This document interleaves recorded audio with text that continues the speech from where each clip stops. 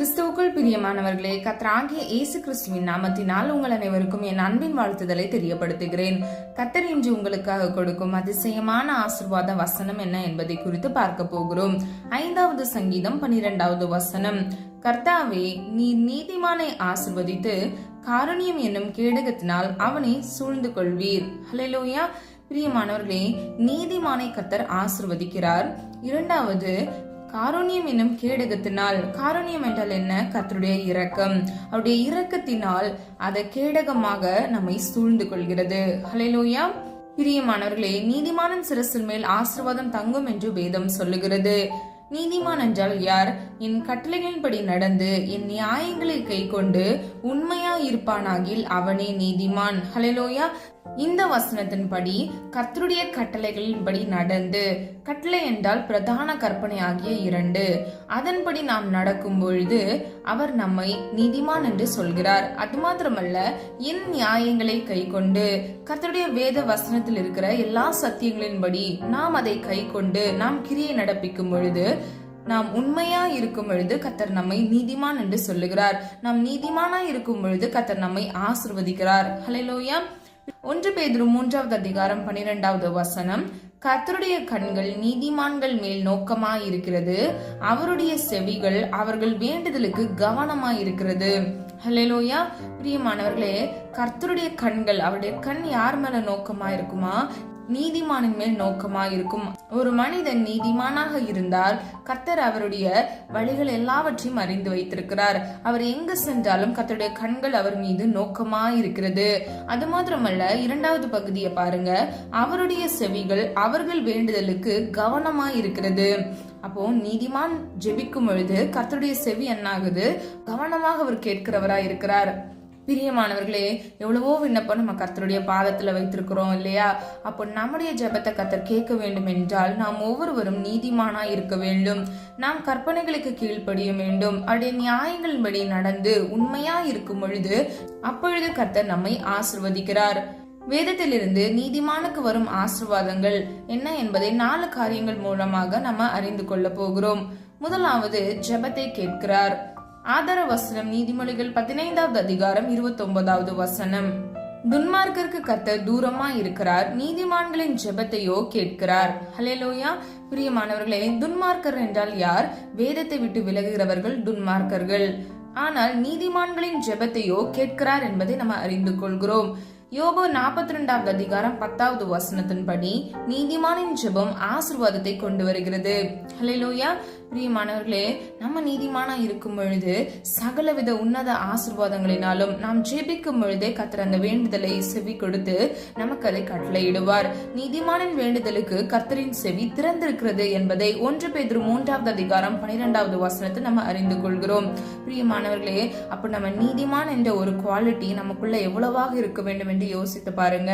பிரியமானவர்களே, இன்றிலிருந்து நீங்க என்ன பண்ணுங்க? நீதிமான நடப்பதற்கு நீங்க உங்களை ஒப்பு கொடுங்க.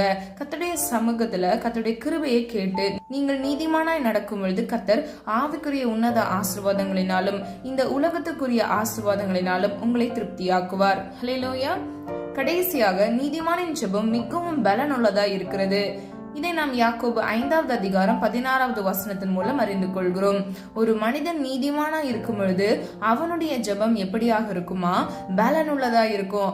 அப்போ அவருக்கும் பலனா இருக்கும், அதை கேட்கிற ஒவ்வொருவருக்கும் பலனுள்ளதா இருக்கும். ஹல்லேலூயா. இன்னைக்கு நீங்க பிரியமானவர்களை, நீங்க ஜெபிக்கும் போது உங்களுக்கு அது பலனுள்ளதா இருக்குதா அப்படின்னு சொல்லி நீங்க யோசித்து பாருங்க. இரண்டாவது, கர்த்தர் நீதிமானை தாங்குகிறார். ஆதார வசனம் 37வது சங்கீதம் 17வது வசனம். துன்மார்க்கருடைய புயங்கள் முறியும், நீதிமான்களையோ கர்த்தர் தாங்குகிறார். ஹல்லேலூயா. பிரியமானவர்களே, துன்மார்க்கனுடைய புயங்கள் முறியும். அப்படி என்றால் என்ன? அவன் விழுந்து போவான், அவன் முறிந்து போவான். ஆனால் நீதிமானையோ கர்த்தர் தாங்குகிறார். ஹல்லேலூயா.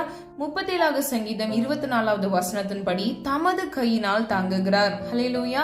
நாம் நீதிமானா இருக்கும் பொழுது கர்த்தர் நம்மை உள்ளங்கையில் வைத்து தாங்குகிறவராய் இருக்கிறார். உன்னை என் உள்ளங்கையில் வரைந்திருக்கிறேன் என்று வேதத்தில் ஒரு வசனத்தை நம்ம பார்க்கிறோம். பிரியமானவர்களே, நம்ம நீதிமானா இருக்கும் பொழுது கர்த்தருடைய கரத்துக்குள், அவருடைய கையின் நிழலுக்குள், அடைக்கலத்துக்குள் நாம் இருக்கிறோம். 145வது சங்கீதம் 14வது வசனத்தின்படி விழுகிறவர்களை தாங்குகிறார். ஒருவேளை இந்த உலக வாழ்க்கையில நமக்கு விரோதமாக சாத்தான் பிரச்சனைகளை கொண்டு வந்து நாம் விழுகிற சூழ்நிலைகள்ல இருந்தா கூட கர்த்தர் நம்ம என்ன செய்கிறார்? தாங்குகிறார், ஏந்துகிறார், நம்மை தூக்கி சுமக்கிறவராய் இருக்கிறார். பிரியமானவர்களே, நாம் நீதிமானா இருக்கும் பொழுது கர்த்தர் நம்மை தாங்குகிறார், நம்முடைய ஜெபத்தை கேட்கிறார், நம்மை ஆசீர்வதிக்கிறார், நம்முடைய வேண்டுதலுக்கு அவர் செவி கொடுக்கிறார். அது மாத்திரமல்ல, விழுகிறவர்களை அவர் தாங்குகிறவராய் இருக்கிறார். ஹல்லேலூயா. கடைசியாக தமது கிருபையினால் தாங்குகிறார். ஆதார வசனம் 94வது சங்கீதம் 18வது வசனம். முதலாவது நம்ம பார்த்தோம் கையினால் தாங்குகிறார் என்று, இரண்டாவது விழுகிறவர்களை தாங்குகிறார் என்பதை அறிந்து கொண்டோம்.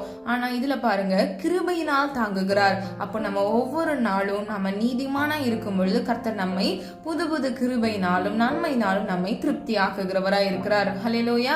பிரியமானவர்களே, ஒரு நாளை கடப்பது கிருபை, புதிய நாளை காண்பது கிருபை. இன்னைக்கு நம்முடைய வாழ்க்கையில எத்தனையோ பிரச்சனைகள் இருந்திருக்கும் இல்லையா? எத்தனையோ முறை நீங்க சோர்ந்து போய் உட்கார்ந்துருப்பீங்க. ஆனா கர்த்தர் இன்று வரை உங்களை நடத்தி கொண்டிருக்கிறார். இது எதனால? அவருடைய கிருபை. ஹல்லேலூயா. நாம் ஒவ்வொருவரும் கர்த்தருடைய கிருபையும் இரக்கத்தையும் அன்னதினமும் பெறுகிறவர்களா இருக்க வேண்டும். நாம் ஜெபத்தில் ஜெபிக்கும் போது கர்த்தருடைய கிருபைக்காக நாம் காத்திருக்க வேண்டும். மூன்றாவதாக நீதிமான்களை ஆசிர்வதிக்கிறார். ஆதார வசனம் ஏசாயா 51வது அதிகாரம் 2வது வசனம். நீதிமானாகிய ஆபிரகாமை ஆசிர்வதித்து பெருக பண்ணினார். ஹல்லேலூயா. அது மாத்திரமல்ல, நீதியாய் வாழ்ந்த தானியேலை ஆசிர்வதித்து உயர்த்தினார். பிரியமானவர்களே, வேதத்தில் நம்ம ஆபிரகாமை குறித்து விசுவாச வீரர் என்று நம்ம பலரும் அறிந்திருக்கிறோம்.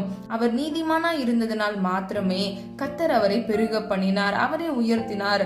நீதிமானாகிய ஆபிரகாம் கர்த்தருக்கு முன் நடந்து உத்தமனா இருந்தார் என்பதை நம்ம வேதத்தின் மூலம் அறிந்து கொள்கிறோம். பிரியமானவர்களே, நம்ம எல்லாருக்கும் ஒரு வாக்குத்தத்தம் இருக்கு.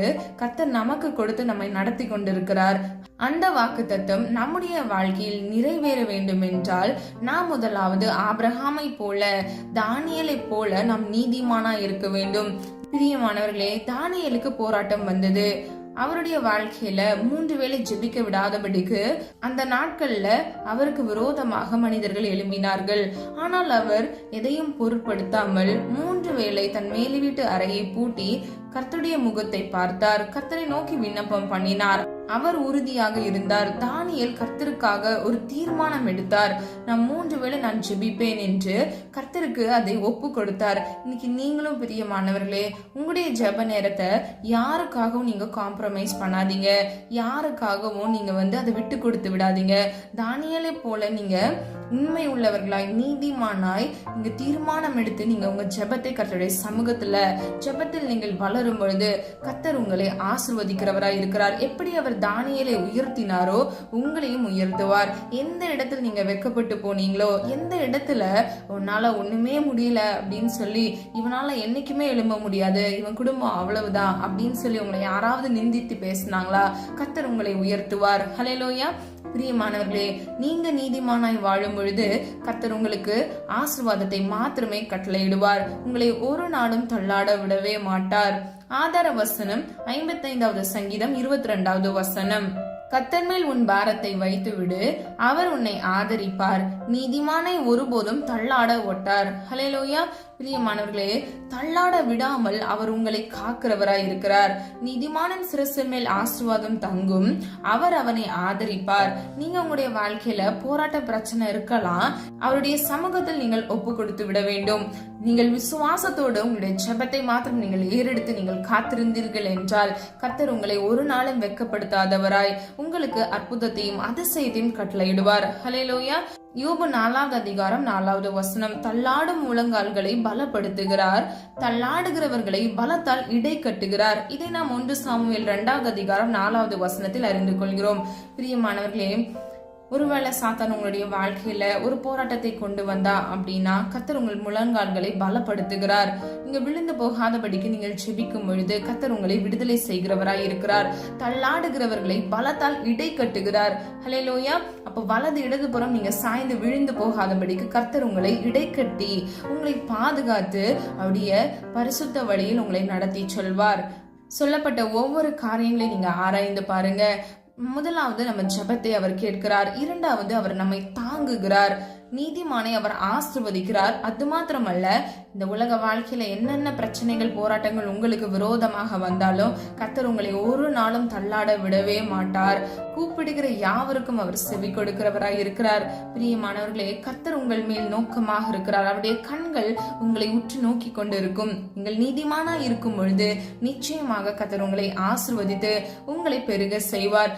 நீங்களும் ஆசீர்வதிக்கப்படுவீர்கள். நீங்கள் பிறருக்கும் ஆசீர்வாதமாக இருப்பீர்கள். நம்ம எல்லாரும் ஒரு மனதா ஜெபிக்கலாமா? அன்பின் பிதாவே, அப்பா, எங்கள் ஒவ்வொருவரையும் அது கரத்தில் ஒப்பு கொடுக்கிறோம். எங்களிடத்துல குற்றங்கள் உண்டு, குறைகள் உண்டு. ஆண்டவரே, தயவாய் மன்னிங்கப்பா. நாங்கள் அறிந்தும் அறியாமல் செய்த தவறுகளை மன்னிங்க தகப்பனே. நீர் என்று அப்பா எங்களுக்காக கொடுத்த ஆசீர்வாதமான வசனத்திற்காக நன்றி செலுத்துகிறோம். நீதிமானின் சிரசின் மேல் ஆசீர்வாதத்தை வைத்திருக்கிறேன். காரணியம் எனும் கேடகத்தினால ஒவ்வொரு பிள்ளைகளையும் ஆண்டவரே நீர் சூழ்ந்து கொள்ளுங்க தகப்பனே. அப்பா, நீதிமானா எங்களை மாற்றுங்கப்பா. எங்களுடைய பாரங்கள், எங்கள் சுமைகள் எல்லாவற்றையும் அப்பா கர்த்தர் உமது கரத்துல நாங்கள் ஒப்பு கொடுக்கிறோம் அப்பா. ஆண்டவரே, நீர் எல்லாவற்றையும் பார்த்து கொள்ளுங்க ஆண்டவரே. நாங்கள் விசுவாசத்தில் வளர கர்த்தர் தாமே கிருபை செய்யுங்க. நீர் எங்களை உம்முடைய கையினால் தாங்குகிறீரப்பா. விழாமல் எங்களை தாங்குகிறீர் ஆண்டவரே. உமக்கு பிரியமானதை செய்ய எங்களுக்கு கற்றுத்தாங்கப்பா. உம்முடைய சித்தத்துக்கு எங்களை ஒப்பு கொடுக்கிறோம் ஆண்டவரே. ஒவ்வொரு பிள்ளைகளையும் இயேசுவின் நாமத்தினால் ஆசீர்வதிக்கும்படியாய் ஜெபிக்கிறேன். நீதிமானின் சிரசின் மேல் ஆசீர்வாதம் தங்கும் என்று சொன்ன வசனத்தின்படி உம்முடைய பிள்ளைகளின் சிரசின் மேல் ஆசீர்வாதத்தை அப்பா நீர் வைத்து அவர்களை ஆசீர்வதிக்கும்படியாய் ஜெபிக்கிறேன். இந்த காணொலியை கேட்டுக்கொண்டிருக்கிற உம்முடைய பிள்ளைகளின் தேவைகளை சந்திங்க தகப்பனே. வலது இடதுபுறம் சாய்ந்து விழுந்து விடாதபடிக்கு, துன்மார்க்கன் வழியில் நடவாதபடிக்கு, பாவிகளின் வழியில் நில்லாதபடிக்கு, பரியாசக்காரர் உட்காரும் இடத்தில் உட்காராதபடிக்கு அப்பா உம்முடைய வேதத்தில் இரவும் பகலும் பிரியமாய் இருந்து ஆண்டவரே பாக்கியமான சந்ததியாக, ஆசீர்வதிக்கப்பட்ட சந்ததியாக இவர்களும் இவர்கள் குடும்பங்களையும் இயேசுவின் நாமத்தால் நீர் ஆசீர்வதிக்கும்படியாய் ஜெபிக்கிறேன்.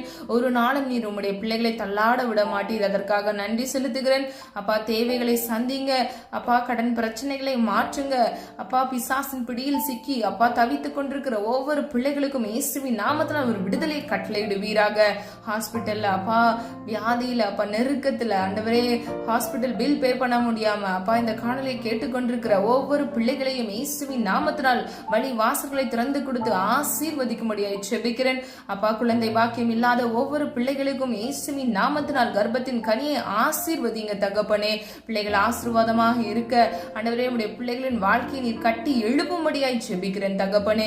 கோணலானவைகளை செவ்வையாக்குகிற தேவன் அப்பா. கரடு முரடானவைகளை அப்பா சீர் செய்கிற தேவன் நீர் அல்லவா தகப்பனே. உம்முடைய பிள்ளைகளுடைய வாழ்க்கையில் இருக்கக்கூடிய எல்லா போராட்டங்கள், நிந்தைகள், அவமானங்கள், பிரச்சனைகளை இயேசுவின் நாமத்தினால் அப்பா எடுத்து போட்டு நீர் பரிபூரண நன்மையினாலும் சமாதானத்தினாலும் ஆசீர்வாதத்தினாலும் இன்று நீங்க நிரப்ப போகிறீர். அதற்காக நன்றி செலுத்துகிறோம். இந்நாள் மட்டும் ஆண்டவரே உம்முடைய பிள்ளைகளை நீர் பாதுகாத்தீர் வந்தீர். அதற்காக நன்றி செலுத்துகிறோம். இனி வர நாட்களிலும் ஆண்டவரே கண்மணி போல் உம்முடைய பிள்ளைகளை பாதுகாத்துக் கொள்ளுங்க அப்பா. ஓய்வு நாளை மது கரத்தில் ஒப்பு கொடுக்கிறோம். இந்த நாள் முழுவதிலும் ஆண்டவர் உம்முடைய சித்தத்தை செய்ய எங்களுக்கு கிருபையை செய்வீராக. ஓய்வு நாளை பரிசுத்தமாய் ஆராதிப்பதே உமக்கு சுத்தமாக இருக்கிறது.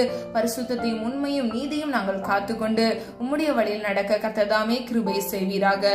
ஒவ்வொரு பிள்ளைகளையும் இயேசுவின் இரத்த கோட்டைக்குள் மூடி மறைத்து பாதுகாத்து இயேசுவின் நாமத்தினால் அப்பா ஆசீர்வதிக்கும்படியாய் ஜெபிக்கிறேன். ஜெபித்த ஒவ்வொரு ஜெபங்களுக்கும் ஆமென்று ஆமென் என்று நீர் பதில் கொடுத்து விட்டீர். அதற்காக நன்றி செலுத்துகிறோம் அப்பா. உம்முடைய நாம மாத்திரம் மகிமைப்படுவதாக. எங்களை தாழ்த்துகிறோம், வெறுமையாக்குகிறோம். இப்ப இயேசு கிறிஸ்துவின் மூலம் ஜெபிக்கிறோம் பிதாவே, ஆமேன். கர்த்தராகிய தேவன் தாமே உங்களுடைய வாழ்க்கையை வெளிச்சமாய் மாற்றி உங்கள் ஒவ்வொருவரையும் நீதிமானாக மாற்றி கர்த்தர் உங்களை ஆசீர்வதித்து பாதுகாப்பாராக. God bless you. பிரியமானவர்களே, இந்த வீடியோ உங்களுக்கு பிடிச்சிருந்துச்சுன்னா லைக் பண்ணுங்க, சப்ஸ்கிரைப் பண்ணுங்க, பெல் ஐகான் கிளிக் பண்ணுங்க.